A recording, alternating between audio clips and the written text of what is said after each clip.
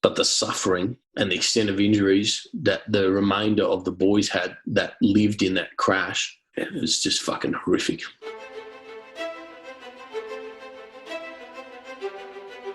Welcome to the podcast where we track down Australian war veterans, have a chat with them, and hear their stories.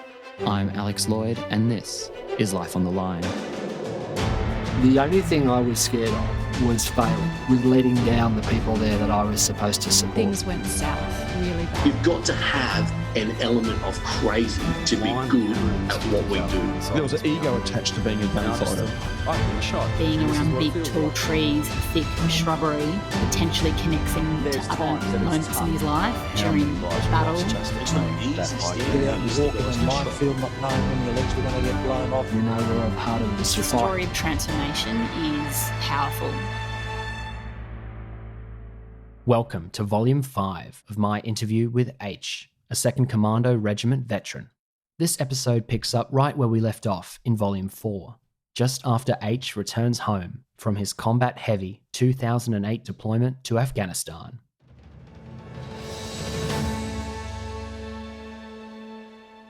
Well, H, let's jump ahead and let's briefly cover you going home after this deployment. So you come home and you, as we've been discussing, you have that utter depletion and you finally get to come home and reset a bit. How long does it take for you to feel sort of recharged and back in control again after a deployment of that level of combat intensity and prolonged combat intensity? Yeah, that's a really good question, Alex. Look, I don't think you ever do. Certainly not whilst in that mind frame, as in whilst in the job. Like, it's probably only in these later years now, because it takes years to, sort of properly transition or readjust. I don't think we allow ourselves is another key point that ties hand in glove to the first statement I made or comment I made. If you were to completely sort of, reset yourself or whatever, I think you'd be sort of, a liability or combat effective. It's your hyper awareness and hypertension. And you got to remember, when we come back, we don't come back and go on holiday. Yeah, we come back and start another role, another mission, more intense training, and start talking about when we're going back. Or there's another deployment somewhere else, because we're only talking about Afghanistan here. So you might go to Southeast Asia or the Philippines on a training mission. You may do an exchange for counter-terrorism somewhere in Europe or the US. Most of our exercises every other week are extremely intense. I mean, we kill people in training, sadly. The point I'm making is when you come back, the most we'd ever get off then, especially if you're in a key position, is you might get literally like a couple of weeks. So, You're not coming back on holiday, yeah. Yeah. So a couple of weeks on a holiday, you're still trying to work out how to reintegrate with your family, let alone yourself. And I think there's just a healthy level, probably unhealthy, of acting you become too good at and versed at and accustomed to. You just know or learn quickly what the right answers are. But that's not your answer.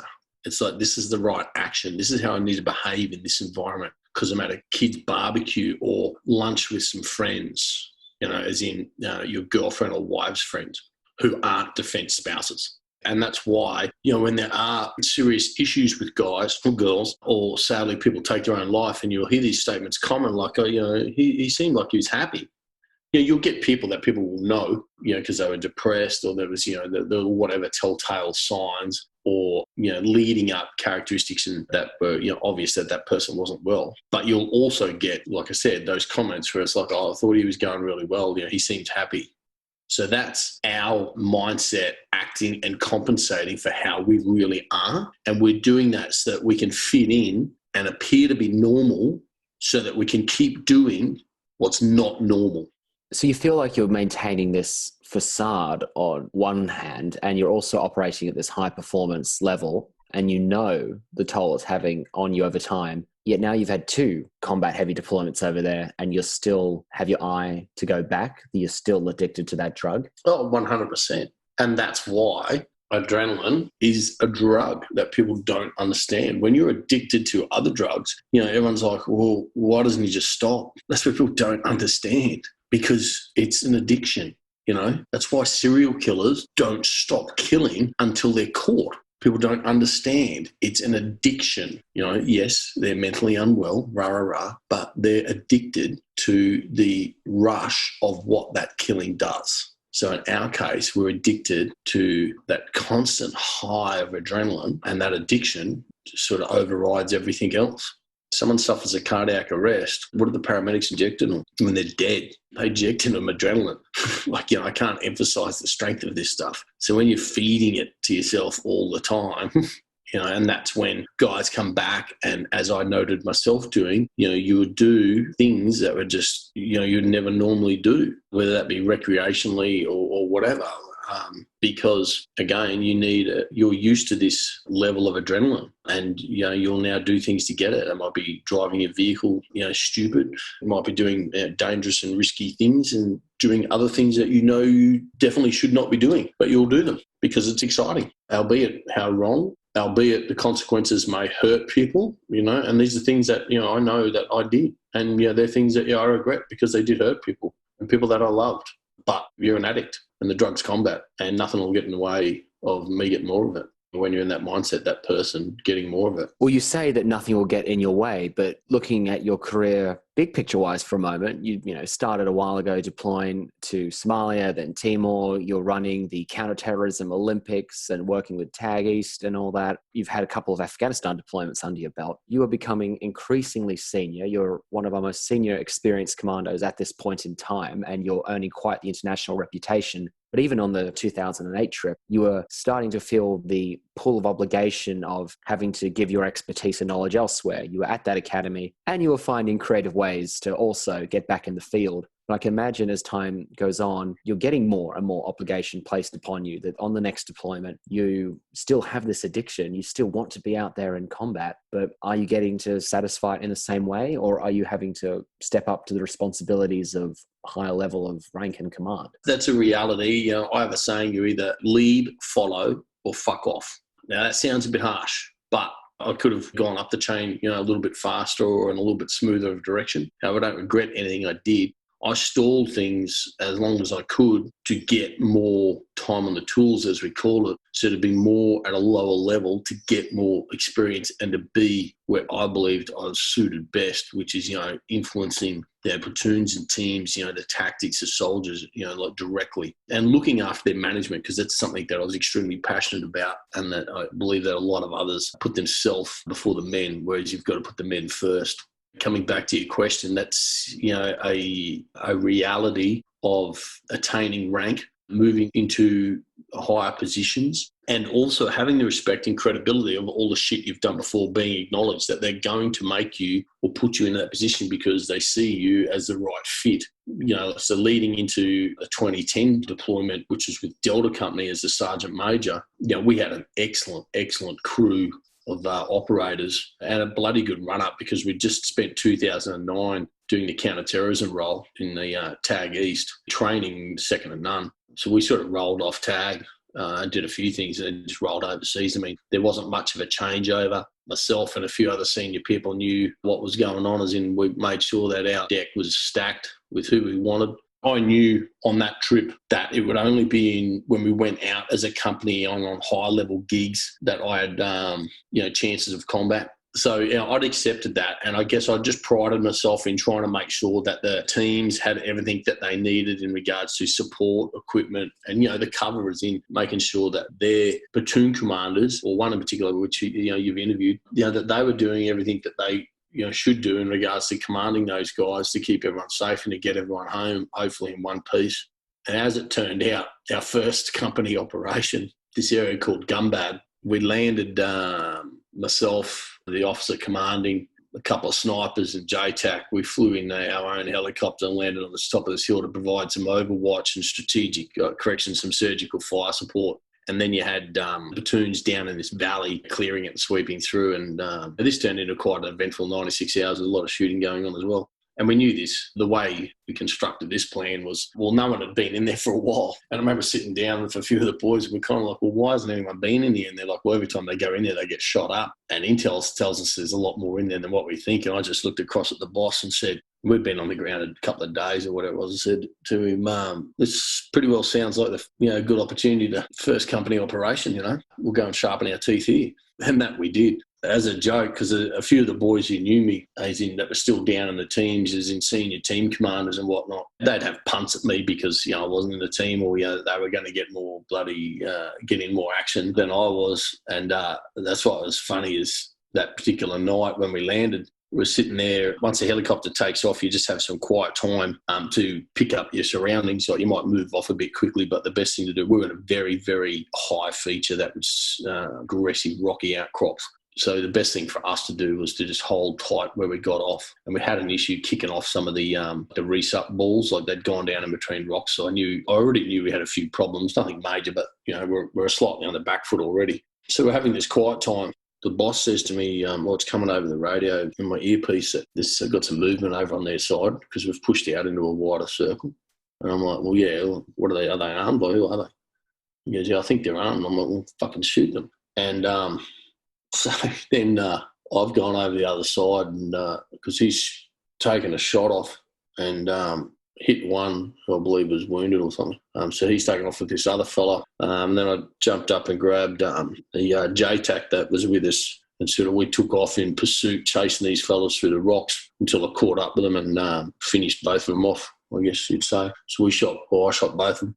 It was kind of funny because then that turned out to be the first confirmed kill for the company trip, and they're like, how does H manage to get the first kills up when he's still the sergeant major? So that was sort of a bit of a joke, but yeah, the boys fast. They quickly overtook me for the rest of the trip because we had a lot of engagements, and like I said, we had a really, really good teams and some good leadership there. But were you able to comfortably step aside your desire to keep feeding the drug addiction, basically, with the responsibility of command you had, or was it a balancing act you kept playing? Yeah, no, it was a balancing act, but I also was pretty comfortable then myself, as in, I wanted more, but I knew I'd had a lot, more than most, if that makes sense. So you kind of just get to trying to work it out, explain it. It's quite difficult. I think as a man, and as an operator, you've never had enough, but I certainly noticed with senior guys who have had a lot, you just change a little. You might have seen almost enough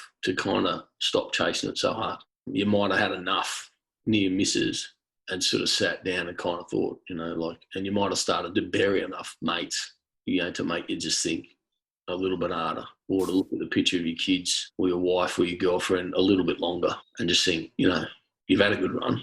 Focus your efforts on using your experiences, your knowledge, and keep your men as best trained, as best cooked, safe, and with the best mindsets as possible to, make them the most combat effective special forces troops on the ground. And that's kind of, to be honest with you, that was kind of my mantra to self, how I guess justified to myself to be, sitting in the rear when they were in contacts. But, that was a position I took.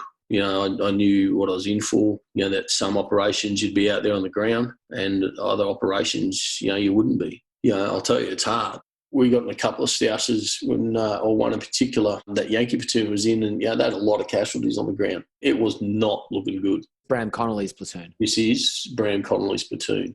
I can remember that day very clearly. Noting that I went over there early in 2010, I jacked up a crew. It took about 6 or 8 guys with me, and we went in there a good few weeks earlier than everyone else to just start getting the atmospherics and just sort of changing some of the dynamics there on the ground, which they knew the strength of my personality with some of the particular personalities from other units on the ground, between TK there with the other unit that we'd be able to do. So that happened. The point I'm making, coming back to, the incident with Bram's platoon, with the Yankee platoon, was I was there when the Black Hawk accident, and I was standing in the CP that night when it came over the radio, because I was trying to get on that bird, or would have been on Black 2, wouldn't have been the one that crashed. I was actually trying to get on the other bird just to, well, there you go, to go out and get some, basically. But under the species of, I needed to see how the ground dynamics have changed, which is just bullshit. It's just me getting on an operation. But the ACL, the aircraft limits were too high, because we were banging the centre of summer and we were pushing everything to the envelope and overloading things, or trying not to avoid overloading things. So I'd already gone through that. That was my first week there, those 3 fatalities. But probably what was more scarring, to be honest with you, was the injuries. I mean, when blokes are dead, it's hard, but they're dead. But the suffering and the extent of injuries that the remainder of the boys had that lived in that crash, it was just fucking horrific. So So I'd already gone through that. So when we started to get, when Bram's platoon, we couldn't land the support helicopters, we couldn't do this, we couldn't do that. And we were just getting casualties, sort of coming over the radio fairly constantly with the shrapnel wounds and gunshot wounds. We had a friendly fire incident. It was that chaotic.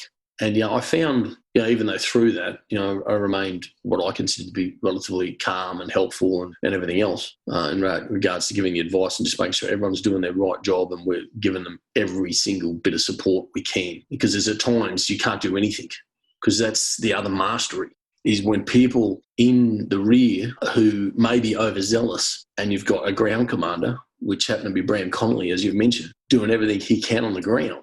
Then I'm back there, and at times I'll tell you, I was telling people to shut the fuck up, frankly, and to stay out of it, because all you're doing is putting additional duress on that guy. There's a lot of mastery involved there, as in where and when do I try and inject and influence or help something, and when is the time to just leave it and suck it up, as in there's nothing we can do here other than listen to that radio right now and listen to it really well, but to interpret, importantly and keyly, what is going on the ground. Don't do stuff for the sake of it, control traffic flow and let it be what it will be. That's right. And that takes a lot of experience and a lot of discipline. It's not easy standing there listening to guys get shot, listening to people trying to get a Black Hawk to land to evacuate people that are dying.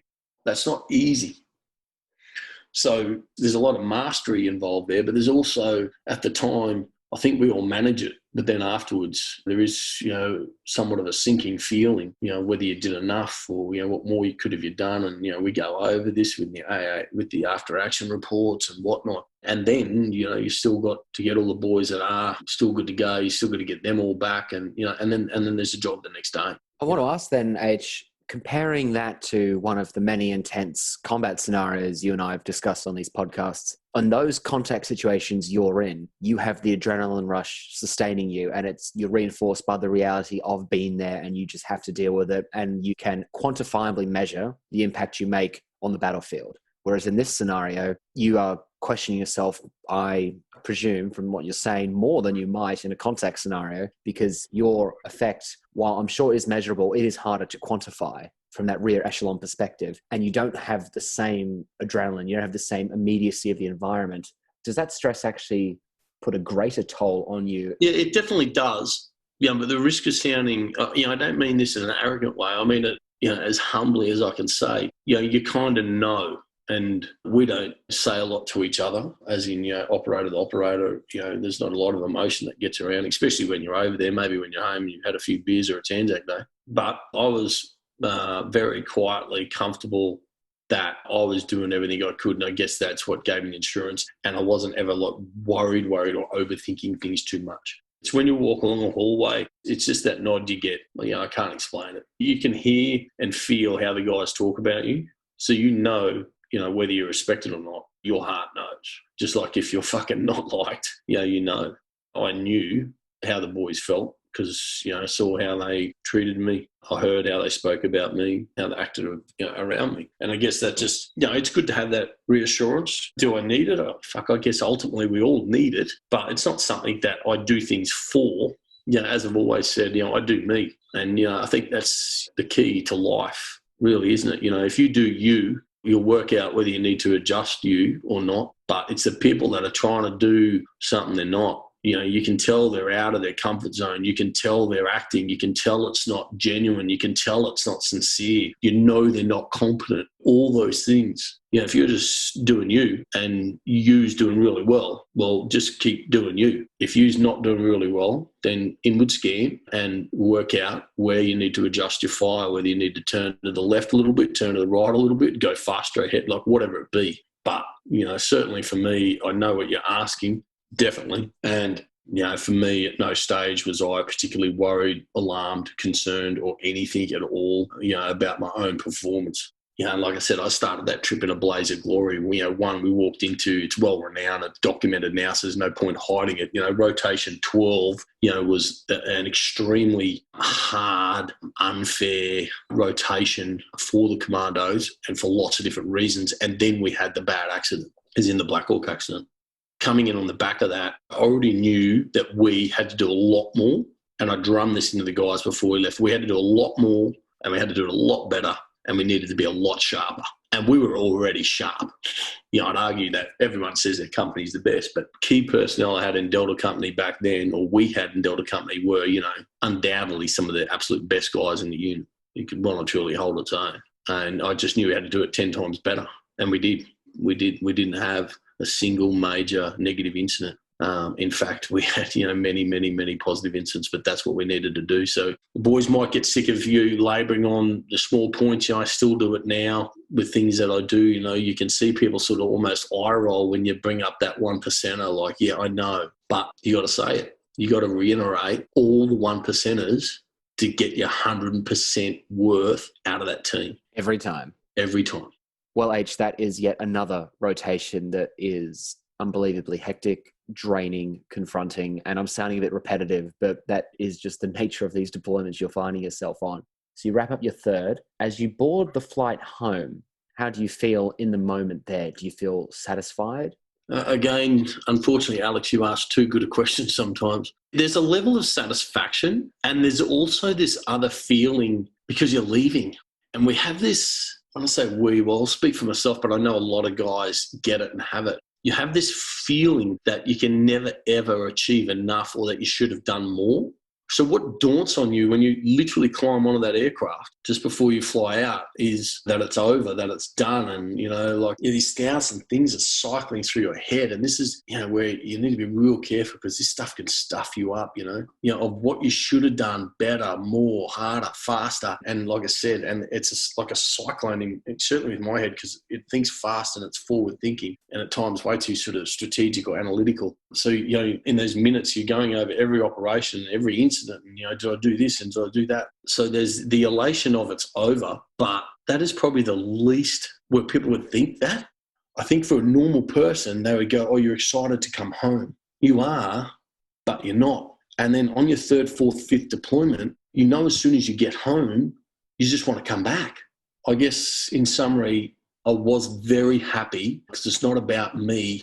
I was very, very happy and content. Like, I had a overwhelming professional content that on that deployment, the men of Delta Commando Company performed outstandingly. And I knew that.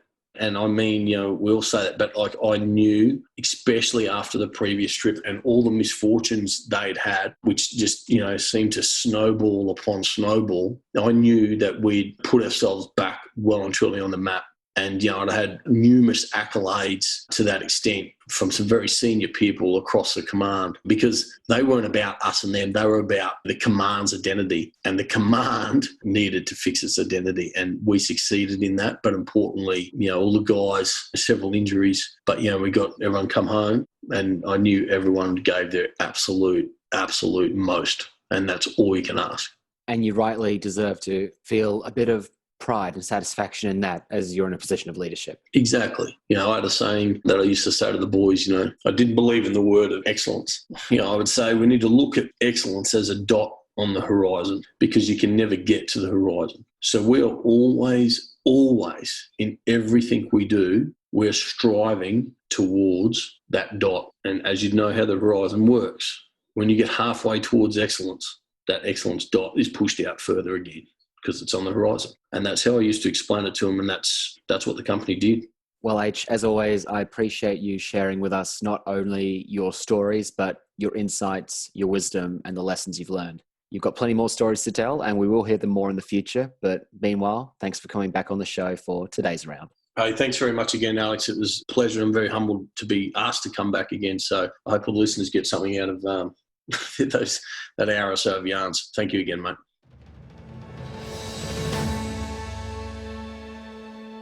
There's still more to tell of H's story. He'll be back on the show in the future to finish telling it. Meanwhile, we have loads of other Special Forces content on this channel.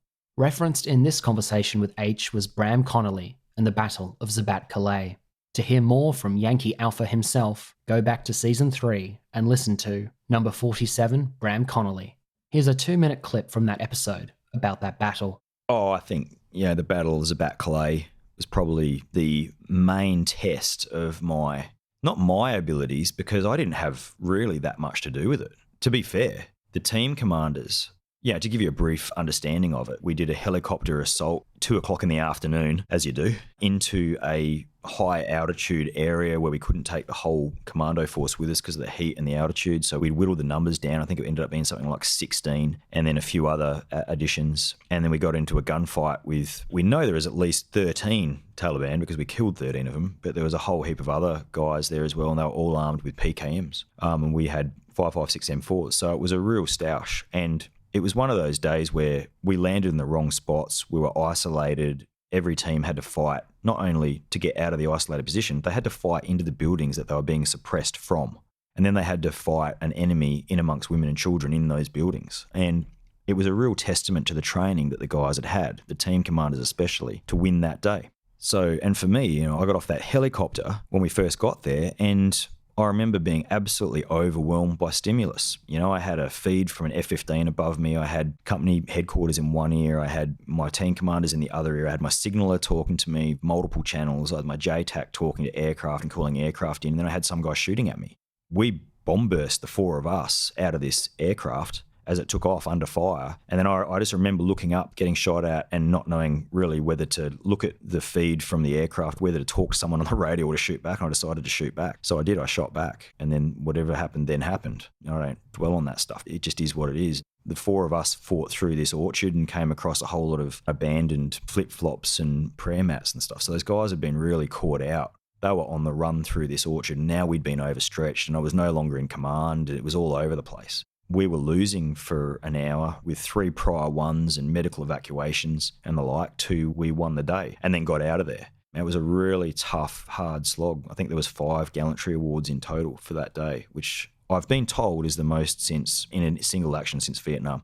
I'm not sure if that's true or not, but I have been told that. I'd be interested to hear if that is the case. Subscribe to this podcast in your app of choice, YouTube, or on our website to never miss an episode. And if you enjoyed these conversations with H, please jump onto Apple Podcasts and rate us 5 stars. Follow us on Instagram and Facebook at Life on the Line Podcast and on Twitter at LOTLPod. Our website is www.lifeonthelinepodcast.com and our email is podcast@lifeonthelinepodcast.com. Life on the Line is brought to you by Thistle Productions. Artwork by Big Cat Design, music by Dan Van Werkhoven. Thanks for listening, and lest we forget.